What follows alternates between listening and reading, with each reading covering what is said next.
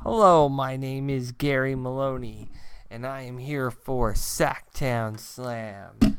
And am here to do your review for TLC 2017. Um, this night.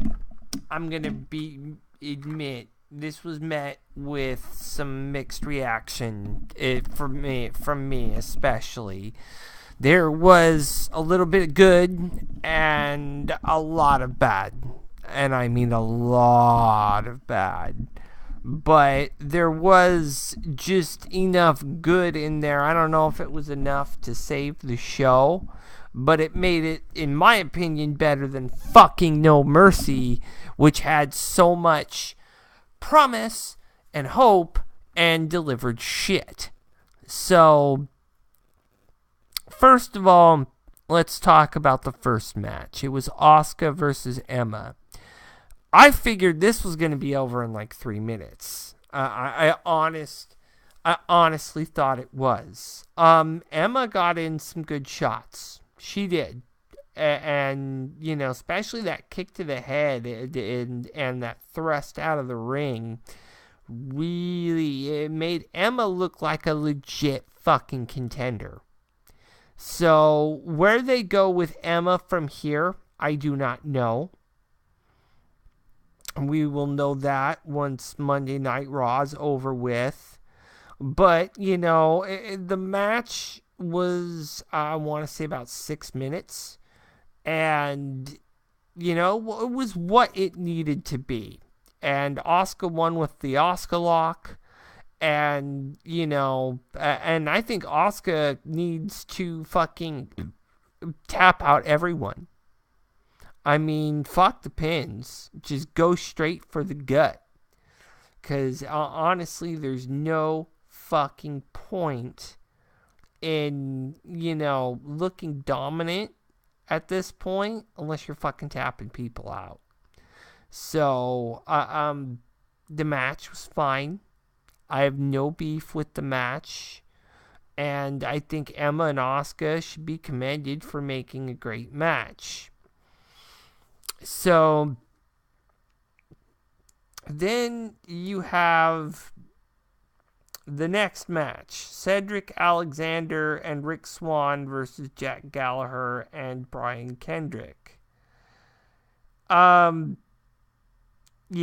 this match sucked. And it sucked because, A, there was no fucking base to it, because no one watches 205 Live, because it sucks, because Enzo Abortion is your fucking champion, so who cares, So Cedric Alexander and, Rick Swann get a win over Jack Gallagher and Brian Kendrick. Who cares? As far as I am concerned, this was a gap filler. That's all it was. And, the sad part about this is that matches like this should be taking place at every pay-per-view. The only reason why there was one at this pay-per-view, very simple. They had nothing else left to fill the void. That's the only reason these two were fighting at the pay-per-view. Otherwise, this shit would have been on Raw tonight. Gap filler. Boring. Stupid.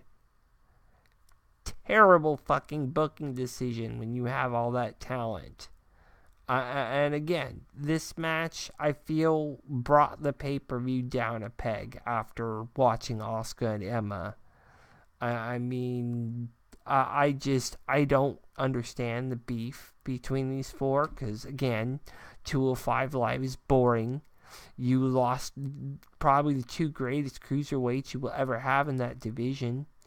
You have chased off talent from that division for the last year. Why do I care? Give me a reason to care.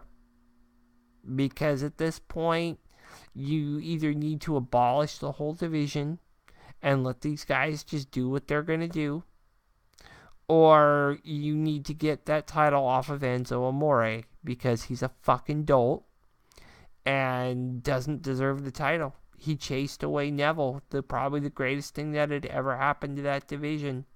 Enzo Amore is a fucking problem, WWE, and I'm going to say it every fucking video I do, because you fucking idiots out there, whom I'm not alone in this feeling, that fucking the idiots running Raw want to put a title on Enzo Amore for God knows what reason. So they put the most worthless title on him, and they want to make him seem relevant.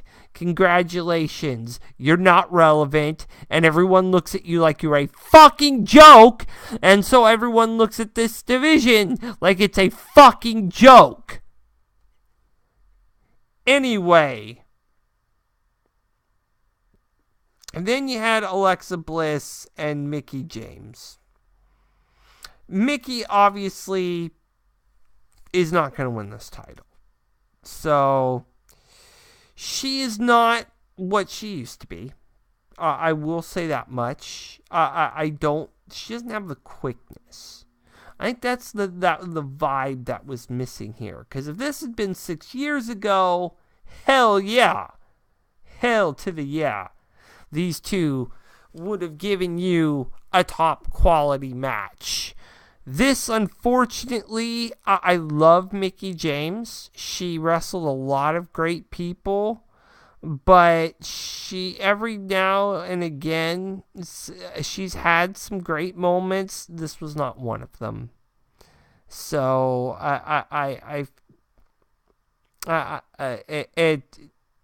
the psychology here was to spend a lot of time overworking Mickey's arm, which was weird.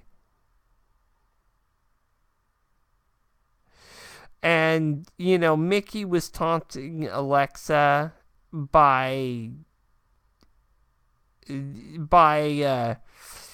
smacking her in her biscuit butt, which that was funny. And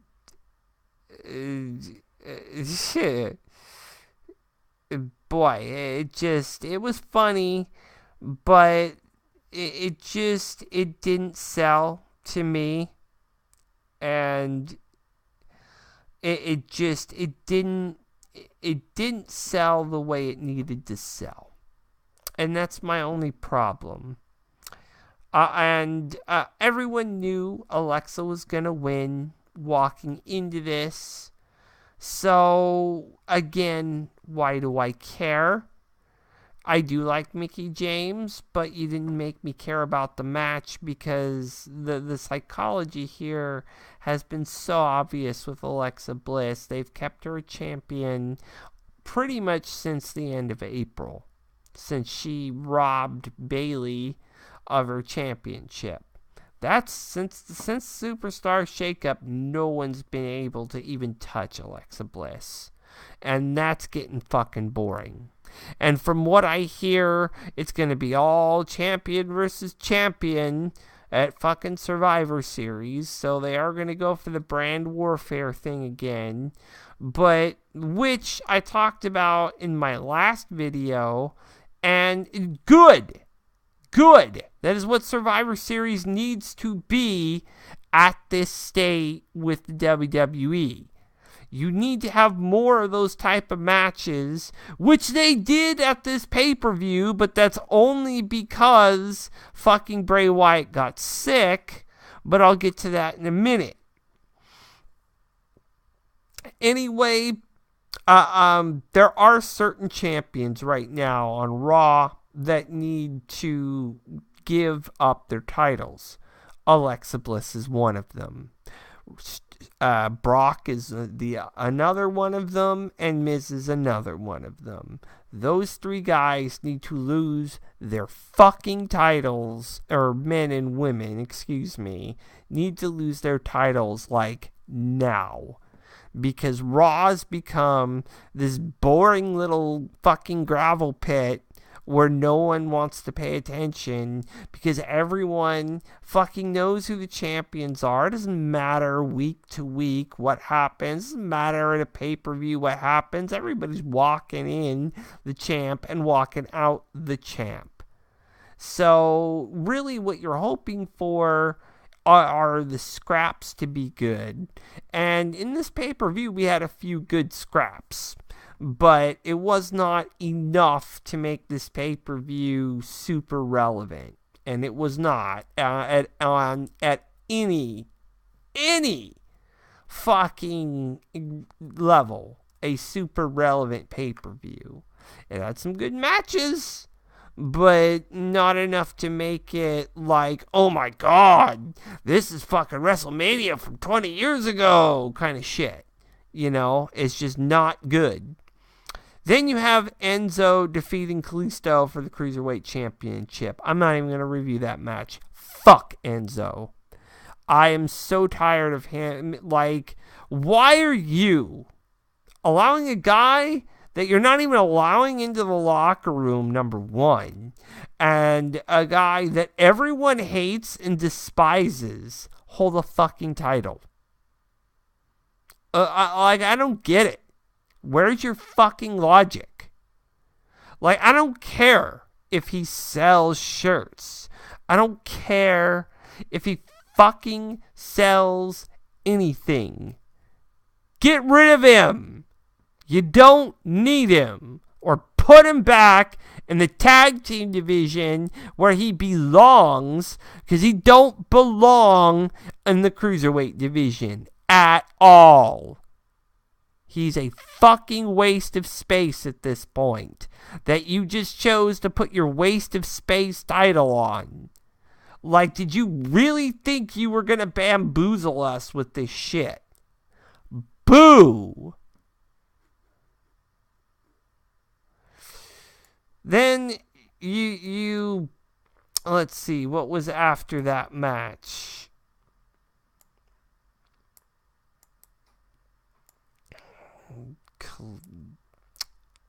Okay. Then you had the match of the night. Finn Balor and AJ Styles. Oh my god, this should have been at WrestleMania. This pretty much saved this pay-per-view from being an all-out fucking disaster. Like, have you ever seen, like, for those of you that have seen those fucking horror movies where somebody gets tossed in fucking toxic waste and then just walks up, this fucking zombie, or if you've seen The Incredible Hulk, that first transformation where he's getting hit with all this toxic bullshit and then darted into the Hulk, that's what this pay-per-view was. It was toxic bullshit that is getting me very upset.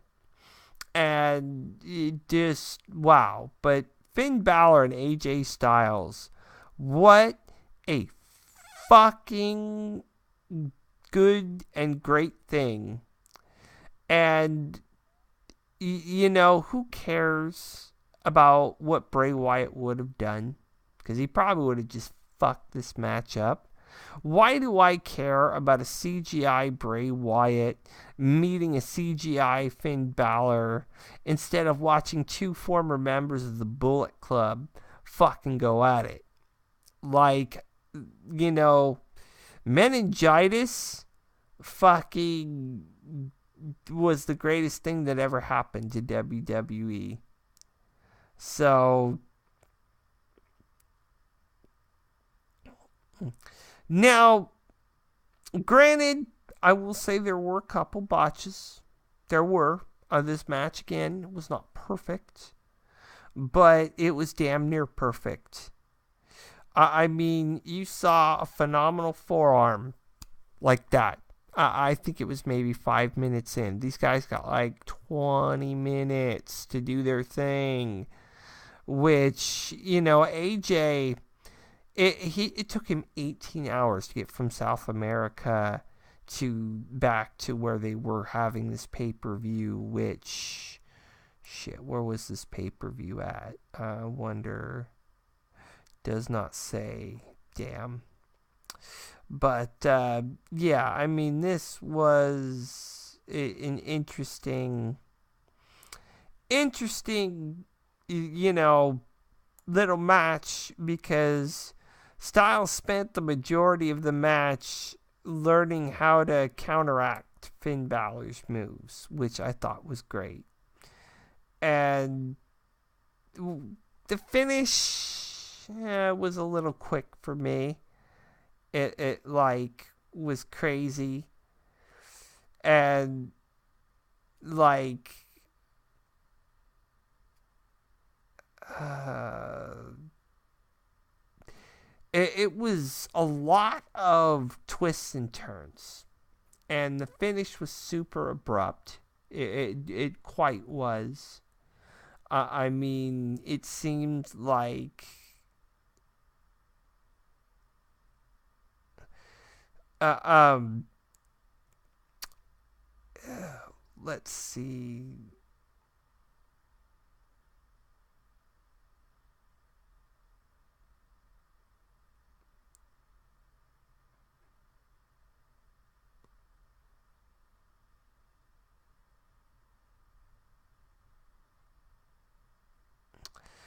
I mean, this match I think will happen again, and I do. I mean, these two with the drop kicks, the high flying, and the way it ended was decent.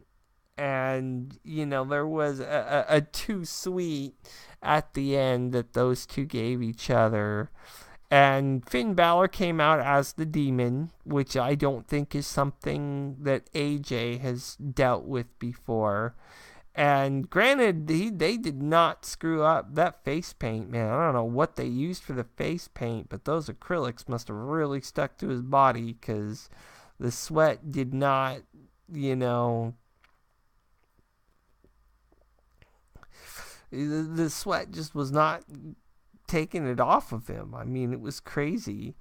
AJ Styles, for what it's worth, it does not matter who he gets in the ring with. I mean, it really is not.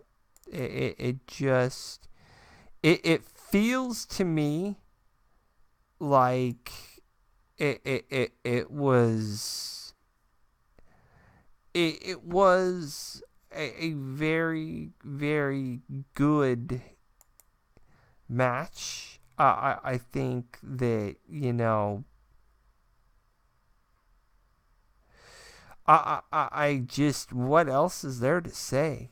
I mean, trying to find a play-by-play right now, which is why this is being annoying, but all anyone wants to talk about is Survivor Series, Survivor Series, Survivor Series, and this pay-per-view is not, as I said before, is not being looked at very highly, which it does not deserve to be. I mean, Asuka was, did what she needed to do. So, boy.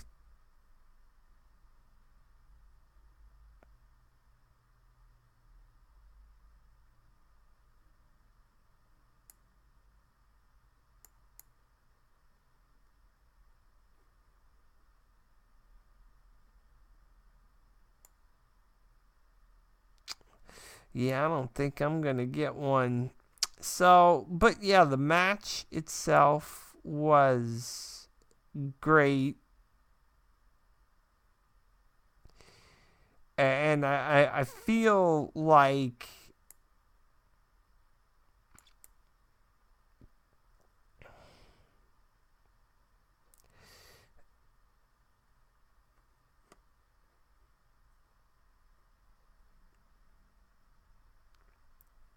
okay, so there's a play-by-play right here. Okay.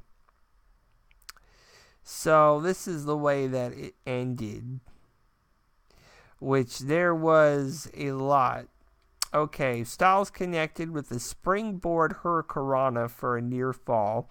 Styles misses springboard 450 splash. I mean, there was a lot of top rope shit going on.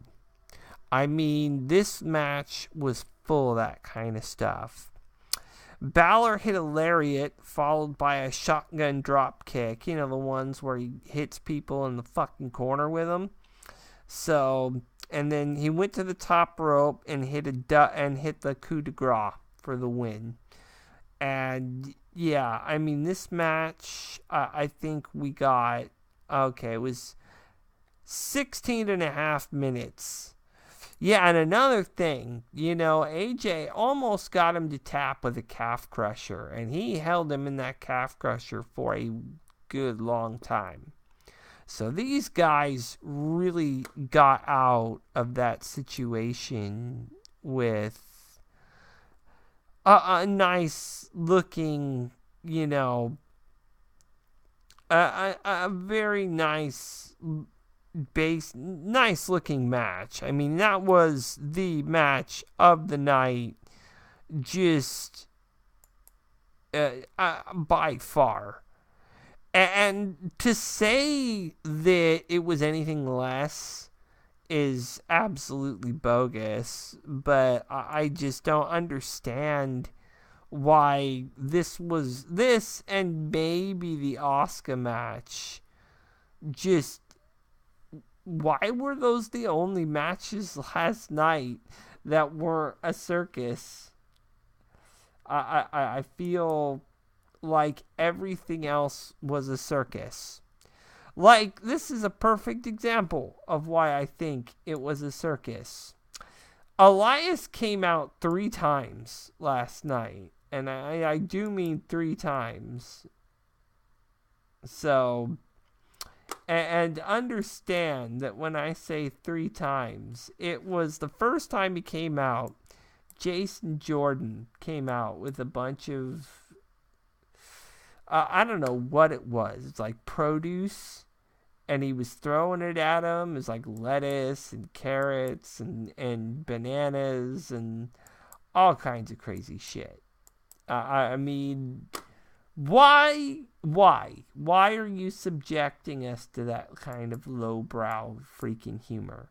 It makes 0 sense. It truly does. I don't think that, your average fan is going to get really hyped up by this. I don't think you're doing Jason Jordan any favors by doing this. Hell, I don't think that you're doing anybody any favors by making Jason Jordan look like that. And this whole thing with, oh, he's Kurt Angle's son, just drop it. It's not doing anything for Jason Jordan, and it's not doing anything for Kurt Angle. So I don't see why it has to be a prominent story thing. It to me is a waste of time. So yeah, it looks like this froze on me.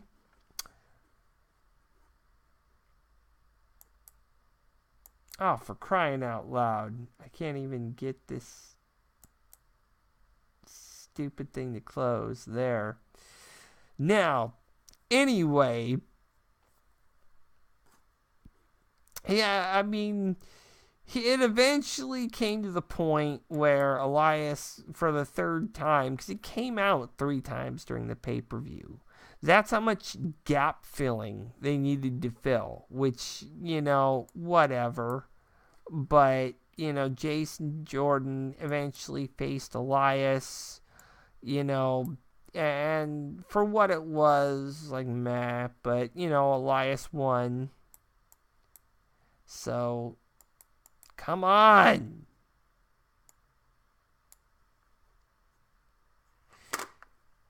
I am really about to get angry right here.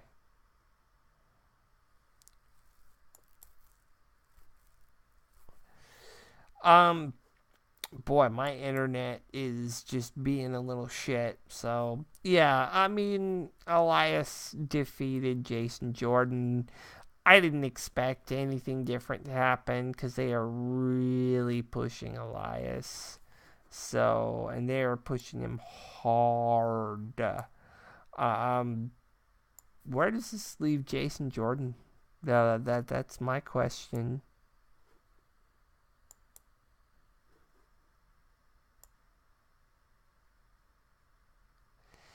Okay, so now I can finally use my internet. What do you know?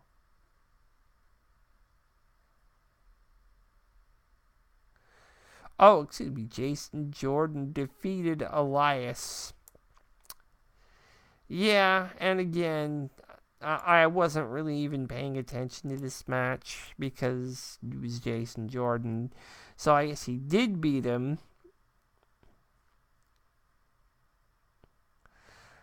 Yeah, and I agree with these people. We saw Jason Jordan and Elias in a very shitty segment, and it was definitely a Raw quality match. This could have easily been on Raw, and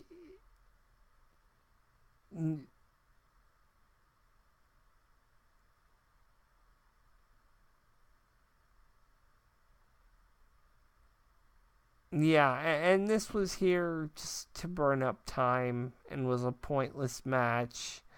It was a whatever. I'm guessing that this is going to be Elias's next feud. Thank God he's moving up from Apollo Crews.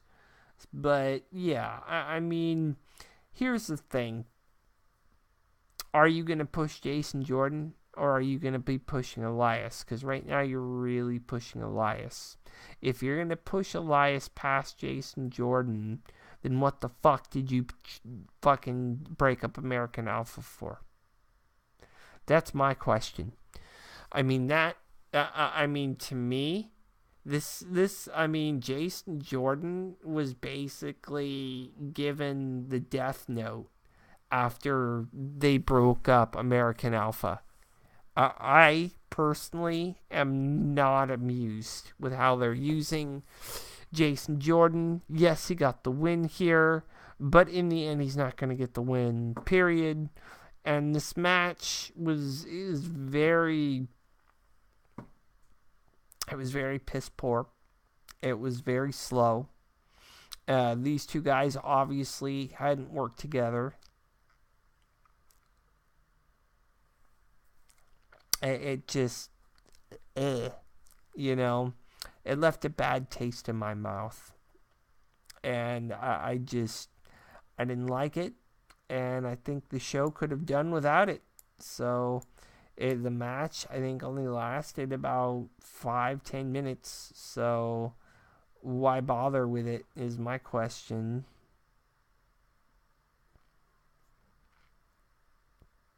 Anyway, after that was the 3-on-5. Now, I have mixed feelings about this match because some people are like, oh my god, it's a complete circus and the match didn't mean anything. Well, yes, that's true. The match didn't mean a damn thing in the end. And the match took a very fucking weird turn towards the end, which I didn't want to see. But given the fact that, I don't really know if Angle got injured, which is what was one of the problems with the match, was Angle got injured and was being, carried off by people in the middle of the match, which left Dean and Seth to deal with Braun Strowman, Cesaro, Sheamus, Kane, and The Miz. Fucking, this was a circus. It was a fucking ridiculous circus. And I am not in any way, shape, or form happy that about this match, other than seeing Kurt Angle come back and hearing rumblings about maybe Angle versus fucking, having maybe an Angle versus Bryan match at Mania. You want to make Mania a big deal? That'll make fucking Mania a big deal. And then if you were to put AJ versus Shinsuke at Mania, oh my god. Between those two matches, fuck Roman Reigns and Brock Lesnar. They can go on first for all I fucking care. They can be on the pre-show for all I care. You get those other two matches on there, you will make me care. This match, I love the way Angle came out as a part of the Shield. That was cool. He wasn't wearing the red, white, and blue. He was wearing the Shield gear because Roman Reigns wasn't there because he had meningitis, which was the same thing with Finn Balor, and AJ Styles. AJ Styles flew 17 hours from the South American tour to get to that pay-per-view, so that because there was no Bray Wyatt. And that's also why we have not seen Bo Dallas. So this probably got changed a lot through the last week or two. Because that meningitis, man, boom, that shit changed this whole card. Probably for the better, if I'm going to talk about Finn Balor and AJ Styles. I mean, how shitty of a year this has been, that's a match of the year candidate right there. So, will not hold, I don't think Raw pay-per-views for the rest of the year, even if it's dual brand, is going to hold a candle to that. So, Dean, Kurt, and Seth. Well, after Kurt Angle got hurt, because he got slammed through a table by, I think it was Braun Strowman. And after that, he got, he was carried out. Then it was up to Dean and Seth to basically fucking hit people with chairs, which is basically their strategy. They got the crap beat out of them in the middle of the match. Then they just took the chairs to them. Here's my question. Why the fuck didn't you just annihilate them? It was 5-on-2. Just fucking annihilate them. You can get chairs too. You can get ladders too. But instead, Kurt, Dean, and Seth just annihilated these guys. Now, was this a hardcore match? Most definitely, yes.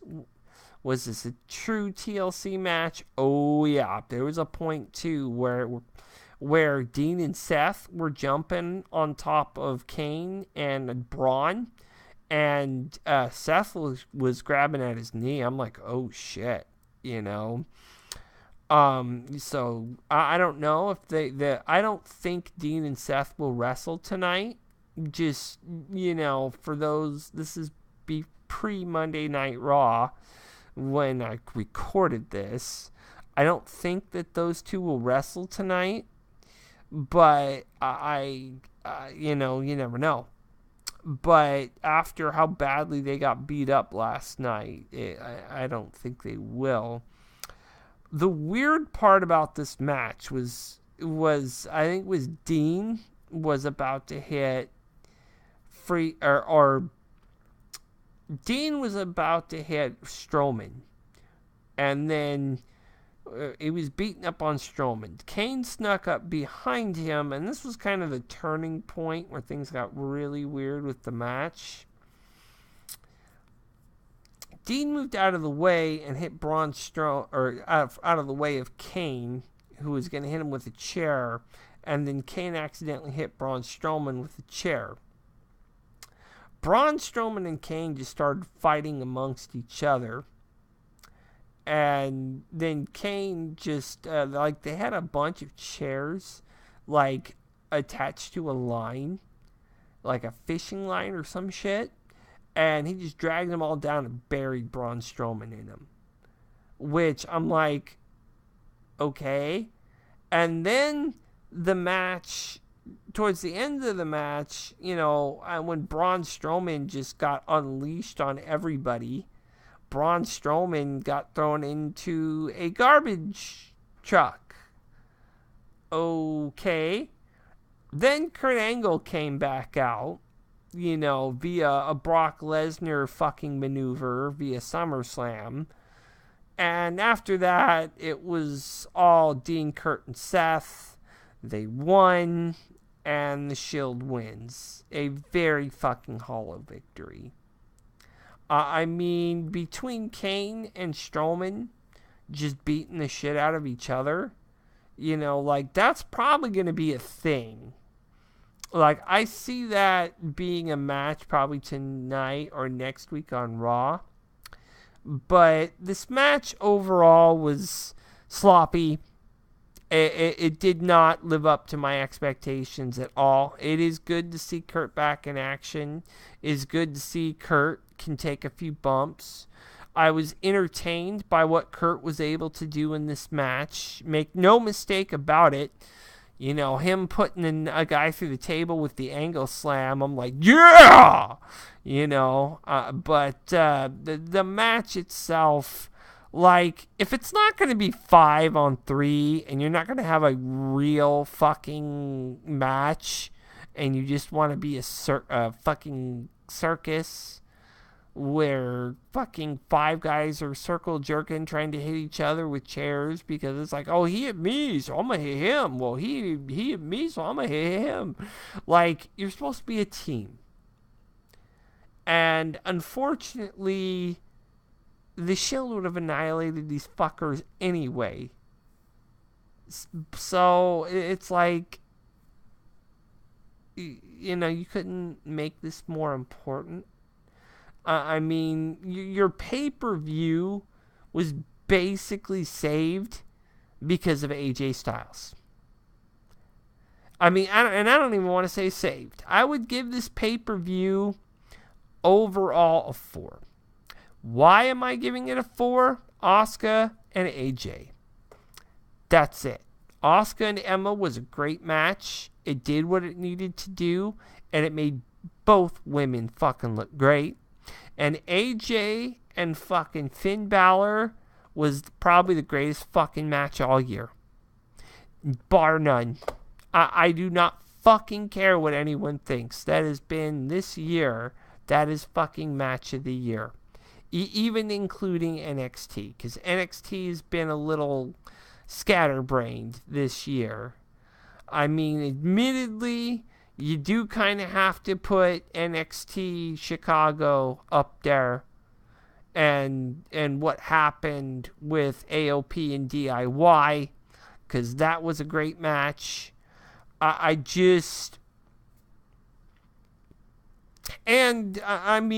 you're going to go match of the year, I would say New Day Usos Hell in a Cell was also match of the year.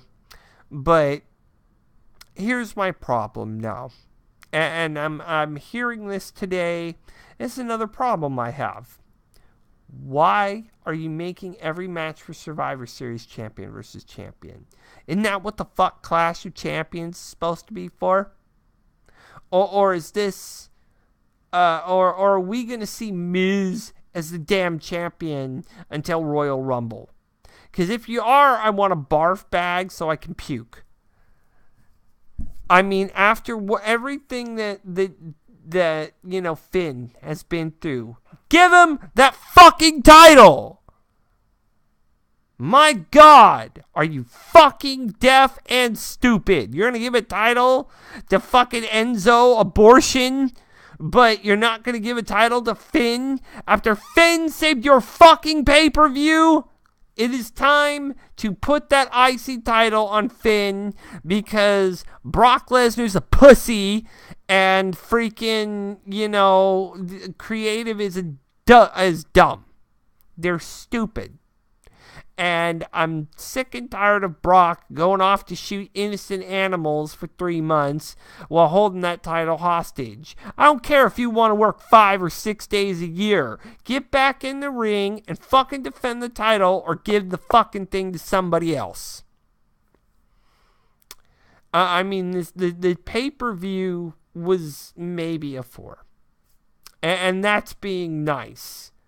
And that's mainly because I'm an AJ mark. But I will say this, it was a 4. I don't think it was anything more than that. Saying it's a 5 would be an insult to everyone's intelligence. Saying it's a 4, I think, with the Asuka match and the AJ match, I think that's fair. Yes, the cruiserweight matches held this down. Yes, the just spontaneousness of the TLC match held this down. And if I'm to put TLC up against Hell in a Cell, I'm going to put Hell in a Cell over TLC every fucking damn day. Because that pay-per-view, that paid off in many, many, many ways for the SmackDown Live.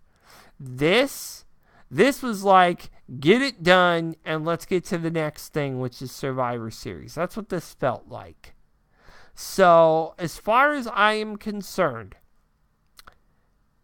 I mean, I'm hoping Asuka kicks somebody's ass tonight. B, it is time to fucking change your Intercontinental Champion. I'm tired of The Miz. The Miz was old like last year. The Miz was old at the beginning of this year. He was fucking done and tired after WrestleMania. He was fucking done and tired after fucking Backlash. He was fucking done and tired after SummerSlam. But you keep this title on him and I don't even know why. The Miz isn't even that great of a wrestler. The king of safe style. Give me a fucking break. I do not need the Miz-tourage with that fucking title. You know? Like, you didn't defend the tag titles. Although they did do that the Monday beforehand, so I'll give them a little break for that. There was no Universal. There was no Intercontinental. The women's was defended, and the cruiserweight was defended. Ooh, whoop-de-fucking-do. And you had a cruiserweight feud in there taking up time that really just felt like more gap filler. Just like you had Elias gap filling when you could have had more matches. Like, okay, but why do I care about Jason Jordan Elias feud? Elias is like on a whole nother level than Jason Jordan. Jason Jordan is shit and will be treated as such until he is not as such. Like, you want to put the IC title on somebody, and if it's not Finn, it needs to be Jason Jordan. Because if you don't put the damn thing on him soon, then ain't nobody going to care about Jason Jordan, whether he's somebody's son, blah, blah, blah, blah, blah. Okay, you know what I'm hearing? Like, you know the fucking Peanuts teacher that you can't ever, like, make out what the fuck they're saying? Yeah, that's pretty much how I'm feeling about this whole Jason Jordan thing. Bye. It is over with. For me. Because I don't give a damn anymore. Just like I don't give a damn about the cruiserweights anymore. Just like I don't give a damn about the fucking Universal title anymore. Because you never defend it.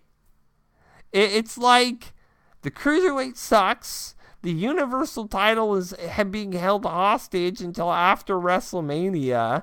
Hope to God Roman Reigns takes that thing off of him so somebody like Joe can take it off Roman Reigns.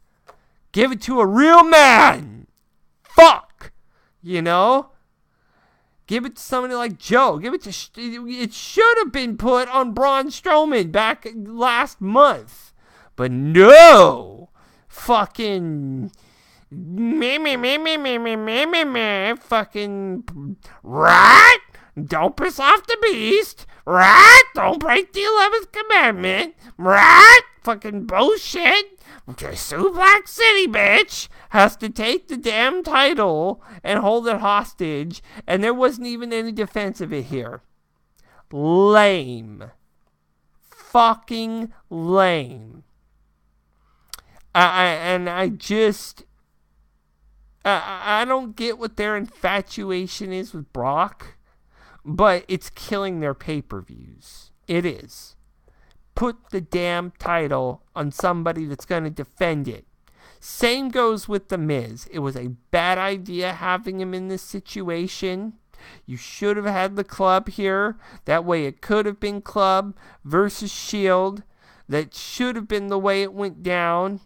And, even if Roman Reigns was not here, Kurt Angle could have still made that match glorious. Shit.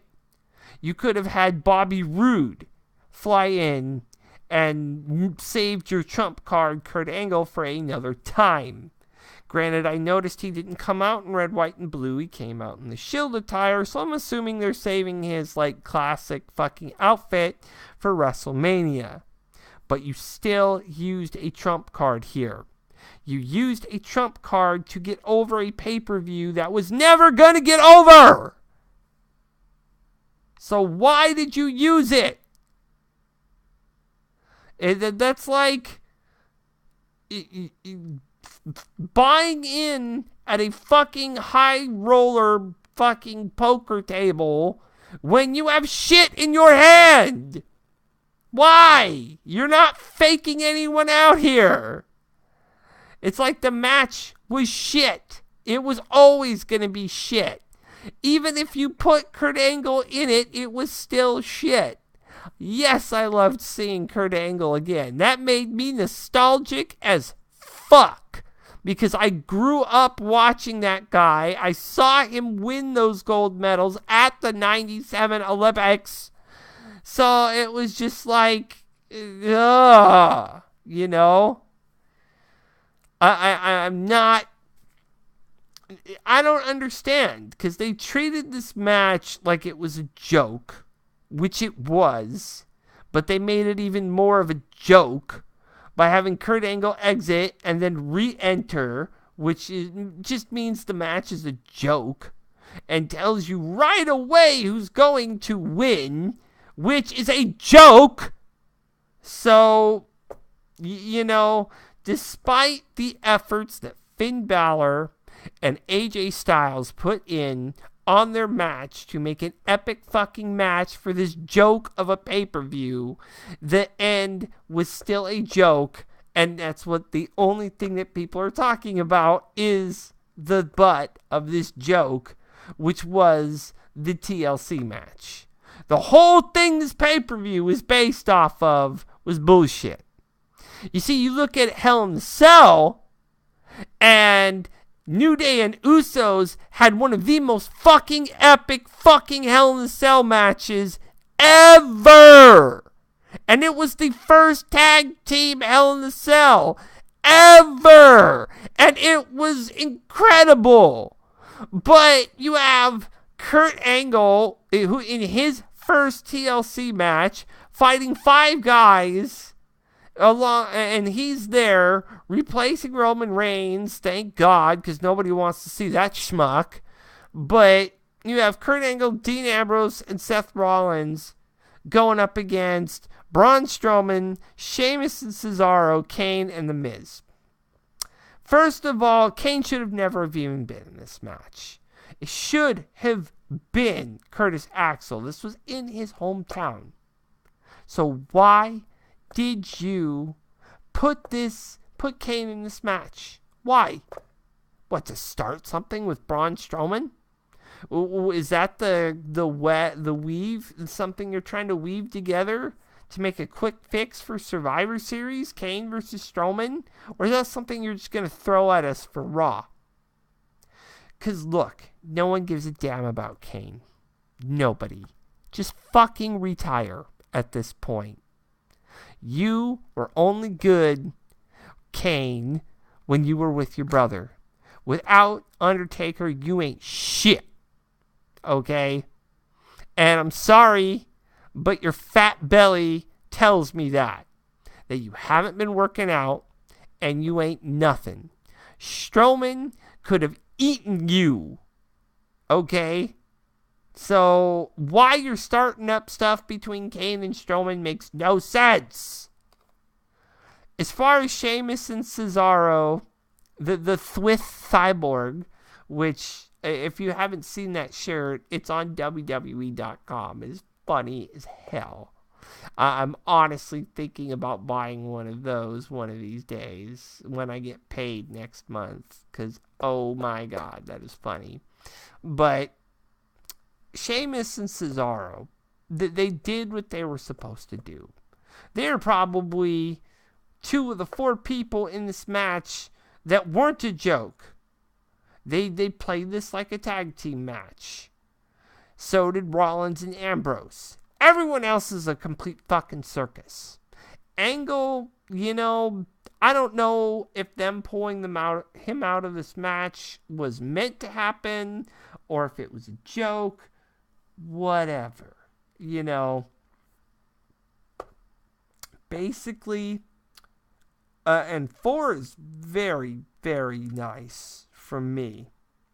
But you're getting a 4 because the phenomenal one saved your fucking pay-per-view. And Asuka saved your fucking pay-per-view. Remember that. No one is better than Asuka, and no one is better than AJ. Okay? I don't care if Balor got the win. More than likely, Balor got the win because Balor was going to go over Bray Wyatt anyway. So, he put over Balor in a big way. And I mean big. So, fuck Bray Wyatt. Bray Wyatt can go fucking die in a corner somewhere at this point. Because nobody cares about him anymore. He's just babbles gibberish the whole fucking time. And then he thinks he's cool when he comes out and everything. And tell me anything relevant that he's done since February. He was WWE champ in February, only to fucking lose it to Orton, only for him to fucking lose it to the Maharaja. The Maharaja. The retardaja. Yeah. That fucker. Who wants to challenge Brock Lesnar at Survivor Series. Stupid.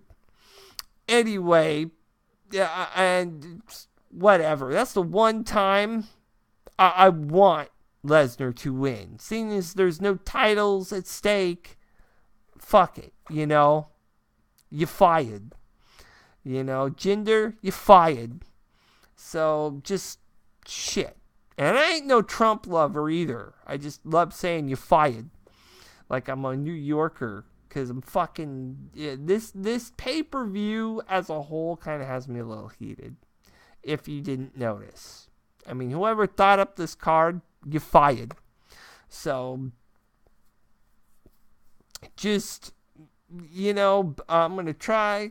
Hopefully this is up before Raw. The longer I make this last, the longer it's going to take to get up. So, my final thoughts here. Circus, lots of circus, and one or two really good matches. The rest of it was so pass. It was definitely a hard pass. And as much as I love Kurt Angle, and I want him back in the ring for a one-on-one with somebody, this was a circus match. And it didn't need to happen at all this way. You should have had Miz. Should have been focusing on Miz defending the fucking Intercontinental title, which you did not do and have not been doing. So, I mean, please. Hard pass on this pay-per-view. Again, 4 out of 5. I think, like I said, there were just a few matches that saved this pay-per-view. I don't think Mickie James and Alexa Bliss was bad. I just expected more out of it. and I didn't get that. And Mickie James has kind of missed that step. I think she needs to get back to where she was on an NXT when she fought Asuka. But you know what? We can't always get what we want. But unfortunately, WWE hasn't been giving us much of what we need either. So let's just hope for the best for Survivor Series. But we all know what the real, landmark of that weekend's going to be. War Games.